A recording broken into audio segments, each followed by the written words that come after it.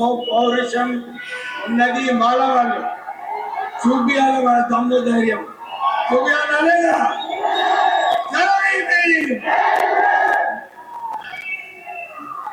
జై భీమ్ చెప్తూ మొదలు కేవీ ప్రసాద్ గారికి, వారి జేఏసీకి, వీళ్ళందరికీ కూడా అభినందనలు చెప్పాలి. ఇంత పెద్ద మీటింగ్ ఇక్కడ గుంటూరులో మాలల ఐక్యత, మాలల దమ్ము ధైర్యం చూపించే మీటింగ్ మీరు పెట్టుకున్నందుకు మీకు నిజంగానే కృతజ్ఞతలు, అభినందనలు. ఎందుకంటే చాలా చోట్ల చెప్తున్నారు మాలలు ఇంట్లో కూర్చుంటారు, బయటికి రారు, సమయం వచ్చినప్పుడు రావాలి. మేము మొన్న తెలంగాణలో కూడా మీటింగ్ పెట్టుకున్నప్పుడు లక్షలాది మంది ఆ మీటింగ్ వచ్చి మాలల సత్తా ఏంటో చూపించింది. ఇప్పుడే మనం చూసాము, రాజారత్నం అంబేద్కర్ గారు మనకు వచ్చి ఉద్దేశించడం, యశ్వంత్ అంబేద్కర్ గారు వచ్చి మన చెప్పడం జరిగింది. బాబాసాహెబ్ అంబేద్కర్ గారు మీ అందరికీ తెలుసు, వారు లేకపోతే ఈ రిజర్వేషన్స్ ఉండకపోయేది. అవునా కాదా? బాబాసాహెబ్ అంబేద్కర్ గారు అప్పుడు మనకు దళితులకు రిజర్వేషన్స్ కావాలంటే అప్పుడు మాలా మాదిగలను ఎప్పుడు ఆలోచించలేదు. వారి కుటుంబ సభ్యులను ఎప్పుడు కూడా సమయం ఇవ్వకుండా త్యాగం చేసుకుంటూ దళితులను ఎప్పుడు కూడా కాపాడుతూ ఉండేవారు బాబాసాహెబ్ అంబేద్కర్ గారు. చాలా సార్లు పార్లమెంట్ లో నుంచి వాకౌట్ చేశారు దళితుల గురించి. బాబాసాహెబ్ అంబేద్కర్ గారు ఏకైక లక్ష్యము దళితులను ఎట్లా కాపాడుకోవాలని చెప్పి. అప్పుడు మానవాధికారం లేకుండే, కానీ వారు మన దళితులకు ఏదైతే 3000 సంవత్సరాలలో కుల వివక్ష అయిందో దాన్ని వ్యతిరేకంగా వారు రిజర్వేషన్ తీసుకొచ్చి మన దళితులకు కాపాడడం జరిగింది. కానీ మనం చూస్తున్నాము, రిజర్వేషన్స్ వచ్చిన తర్వాత ఈ అగ్రకులాలు ఈ చిచ్చులు పెట్టాలి, ఈ ఆర్టికల్ 341 ఏదైతే మొన్న సుప్రీంకోర్టు నిర్ణయం ఇచ్చిందో అది చాలా తప్పు నివేదిక, తప్పు నిర్ణయం.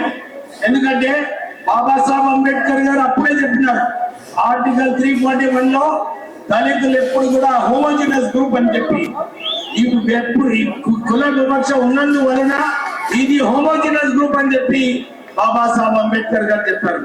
కానీ మనం ఈ సుప్రీంకోర్టు జడ్జెస్ ఎవరికైతే వారికి ఎప్పుడు కుల వివక్ష ఉందో వాళ్ళేమో ఇది హోమోజినస్ లేదు, ఇది హెట్రోజినస్ అని చెప్పి ఈ దళితులలో చిచ్చు పెట్టడానికి ఈ నిర్ణయం తీసుకోవడం జరిగింది. మేమందరం కూడా దీన్ని వ్యతిరేకిస్తున్నాము, కొట్లాడదాం మనం అందరం కలిసి. ఎందుకంటే ఒక్కసారి హోమోజినస్ పోయింది అనుకుంటే రిజర్వేషన్ సరిపోతుంది.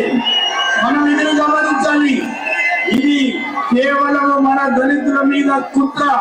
ఈ కుట్రని మనము తిప్పి కొట్టే వరకు మనం అందరం కలిసి ఉండి కొట్లాడాలని చెప్పి మీ అందరికీ కూడా మేము కోరుతున్నాము. మీరందరూ ఒక విషయం గమనించాలి, ఈ జడ్జిమెంట్ ఏదైతే వచ్చిందో కేవలము కొందరికి అనుకూలంగా రావడం జరిగింది. దీన్ని వ్యతిరేకించాలంటే కేవలం ఒకటే ఒక అస్త్రం, అది మన దమ్ము ధైర్యం మనం చూపించుకోవాలి.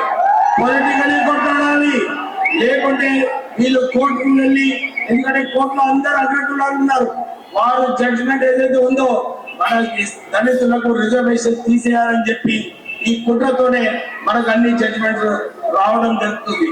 నేను మా నాగరాజ్ ఎమ్మెల్యే గారు, మేము తెలంగాణలో అన్ని డిస్ట్రిక్ట్స్ లో వెళ్ళి ఒక మీటింగ్ పెట్టుకొని, లేదు మనము మాలా సింహ గర్జన పెడదాము, ఒక పెద్ద మీటింగ్ పెడదామని చెప్పి మేము పైలట్ గ్రౌండ్స్ లో, నిజంగా చెప్పాలంటే దేశంలో ఒక కుల పబ్లిక్ మీటింగ్ దీనికన్నా పెద్దగా ఎప్పుడు కూడా కాలేదు.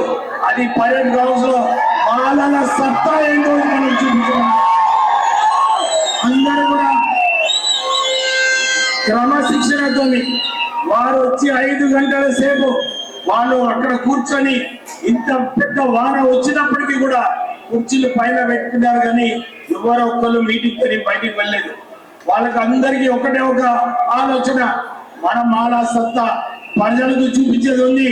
అందరూ కూడా మాలా దోచుకున్నారని చెప్తున్నారు, వాళ్ళలో అందరికి అన్యాయం చేస్తారని చెప్తున్నారు. అన్ని అబద్ధాలు అన్నమాట. మీ అందరికీ తెలుసు మాలలు ఎప్పుడు కూడా అందరితో కలిసి మెలిసి మంచుకుంటారు. అందరితోని ఎవరికి అన్యాయం చేయలేదు ఇప్పటి వరకు మాలలు. కానీ కొందరు వ్యక్తులు కావాలని చెప్పి మాలను కించపరిచి సెల్ఫ్ రెస్పెక్ట్ ఏదైతే మాలలో ఉన్నదో అది కించపరచడం చేస్తున్నారు. అందు గురించి మేము ఒక నిర్ణయం తీసుకున్నాము తెలంగాణలో. లేదు ఏది ఏమైనా కానీ మాలల ఆత్మగౌరవం కాపాడే అవసరం ఉన్నది. మాలల ఆత్మగౌరవం గురించి కొట్లాడే అవసరం ఉన్నది.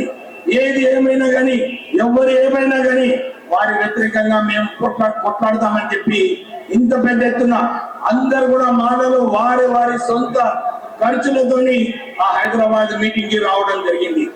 అన్ని కులాల వారు కూడా ఆ మీటింగ్ చూసిన తర్వాత ఇదే చెప్పినారు, అరే సార్ ఇంత మంచి మీటింగ్ మీరు చేసుకున్నారు, నిజంగానే ఆ క్రమశిక్షణతోని ఏదైతే ప్రజలు వచ్చి ఆ మీటింగ్ అటెండ్ చేస్తున్నారో నాకు చాలా సంతోషంగా ఉందని చెప్పి వాళ్ళందరూ కూడా చెప్పడం జరిగింది. వారికి అప్పుడు అర్థమైంది మాలలు ఎప్పుడు ఎవరిని దోచుకోలేదు. ఇన్ని బ్యాక్లాగ్స్ ఉన్నాయంటే మొన్ననే ఒక పిలుపు వచ్చింది, పార్లమెంట్ లో ధర్నా చేయాలి, బ్యాక్లాగ్ పోస్ట్ అన్ని కూడా మనకు దాన్ని నింపాలని. అంటే బ్యాక్లాగ్ పోస్ట్ ఉన్నప్పుడు మాలలు ఎక్కడ అన్ని ఎవరికి అన్యాయం చేస్తున్నారు, ఎవరి పోస్టులు తీసుకున్నారు. నిజంగానే ఇదేదైతే తప్పుడు ప్రచారం జరుగుతుందో దాన్ని తిప్పికొట్టే అవసరం ఉన్నది మనందరికీ. మేము అప్పుడు కూడా ఇప్పుడు మొన్న కొందరు వచ్చి బాబాసాహెబ్ అంబేద్కర్ కి వారు తప్పుడు మాటలు మాట్లాడడం జరిగింది. నిజంగానే మాలలు ఎవరు కూడా రియాక్ట్ కాలేదు, ఎందుకంటే ముసుకేసుకొని ఇంట్లో కూర్చున్నారు. సమయం వచ్చింది, అందరికీ కూడా బయటికి వచ్చే సమయం వచ్చిందా లేదా? వచ్చిందా లేదా? బాబాసాహెబ్ అంబేద్కర్ ని ఎవరైనా ఏదైనా తప్పుడు మాటలు మాట్లాడితే ఊరుకునేది ఉన్నదా లేదా? లేదు.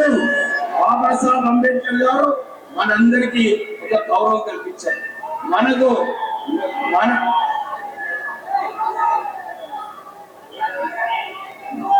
మనకు బాబాసాహెబ్ అంబేద్కర్ లెగసీ ఏదైతే ఉందో ఇన్ని సంవత్సరాలు వారి కుటుంబ పిల్లలు చనిపోయినప్పుడు కూడా మనం దళితుల గురించి ఆలోచించారు.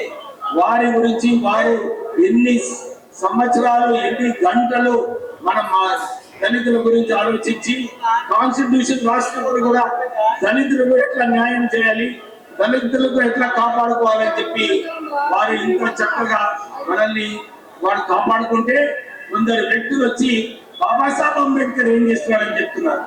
మనము ఇలాంటి వ్యక్తులకు వ్యతిరేకంగా డెఫినెట్లీ మనం కొట్లాడాలి, మనం అందరం ఐక్యంగా ఉండాలి, మేము మీతో ఉన్నామని చెప్పి చెప్పడానికి నాగరాజు గారు నేను ఇక్కడికి రావడం జరిగింది. నేను ఇవాళ ఒక సుప్రీం కోర్టు జడ్జ్ తో మాట్లాడాను. ఈ ఆర్టికల్ 344 వ్యతిరేకంగా ఎట్లా రివ్యూ పిటిషన్ పెట్టాలి, మనము కూడా ఒక పెద్ద అడ్వకేట్ ని ఎంగేజ్ చేసి ఈ జడ్జిమెంట్ ఏదైతే మన వ్యతిరేకంగా అనుకుంటున్నారో చాలా మంది తెలియదు, వాళ్ళని తప్పుడు ప్రచారం చేస్తున్నారు. ఈ జడ్జిమెంట్ ఏదైతే ఉన్నదో కేవలం రిజర్వేషన్స్ మన ఫ్యూచర్ లో పోవాలని చెప్పి ఈ క్రిమినల్ లేయర్ ఇంట్రడ్యూస్ చేయడం జరిగింది. 2 రిజర్వేషన్ తర్వాత రిజర్వేషన్స్ తీసేయమని చెప్పి సుప్రీం కోర్టు చెప్పింది. ఒప్పుకుందామా తిరిగి మనము? ఏది ఏమైనా కానీ కుల వివక్ష ఎప్పుడు ఉంటుంది. ఒక రిజర్వేషన్స్ ఉన్నా 2 రిజర్వేషన్స్ ఉన్నా దాని తర్వాత కుల వివక్ష ఉంటుంది. దీని వ్యతిరేకంగా కొట్లాడే అవసరం ఉంది. ఎకనామికలీ వీక్ రిజర్వేషన్స్ ఏదో ఇచ్చారో దాంట్లో అయితే క్రిమినల్ లేయర్ లేదు, కానీ షెడ్యూల్ కాస్ట్ కి క్రిమినల్ లేయర్ అని చెప్పి ఈ జడ్జ్మెంట్ ఇచ్చింది. ఏం న్యాయం ఉంది నిజంగా?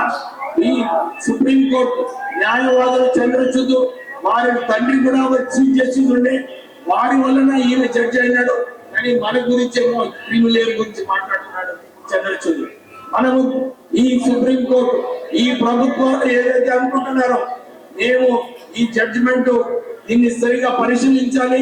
దీనిలో ఏదైతే ఉందో ఎంపెరికల్ డేటా తీసుకొచ్చిన తర్వాతనే ఏదైనా ప్రపోజల్ పెట్టాలని చెప్పి మనం అందరం కూడా డిమాండ్ చేస్తూ సుప్రీం కోర్టు కూడా ఈ నివేదిక వ్యతిరేకంగా మనం కొట్లాడాలి. మీరందరూ కూడా ఐక్యమత్యంగా ఉండాలి. ఇక్కడ అందరూ మామూలు కూడా ఇదే ఆలోచించుకోవాలి. మనం ఇది పొలిటికల్ వార్. ఇంతకుముందు దేవి ప్రసాద్ గారు చెప్పారు, ఈ పోరాటం దీంతో కాదు, నిరంతరం పోరాటం చేయాలి. చేద్దామా మనమందరము? ఇక్కడ ఇంకా ఏం చెప్తలే లేదు కదా, పోరాడదామా లేదా? నిరంతరం ఎప్పుడైనా ఏదైనా అంశం పైన ఏదైనా మీటింగ్ పెట్టుకున్నప్పుడు మన సత్తా చూపించేది అవసరం ఉంది. ఎందుకంటే ఆంధ్రాలో మాలలో అందరికన్నా ఎక్కువ స్థానంలో, మొదటి స్థానంలో ఉన్నారు మాలలు. తెలంగాణలో రెండో స్థానంలో ఉన్నారు మాలలు. ఏం చెప్తున్నది, మనం అందరం కలిసినప్పుడు మనం ఎవరికైనా ఎదుర్కొని మన పనులు, మన సమస్యలు ఉన్నాయో దాన్ని పరిష్కరించాలి అని చెప్పి మీ అందరికీ కోరుతూ, ఇలానే ఐక్యతంగా ఉండి మనము మన హక్కులు ఏదైతే ఉన్నాయో దాన్ని సాధించుకోవాలని చెప్పి మీ అందరినీ కోరడం జరుగుతుంది.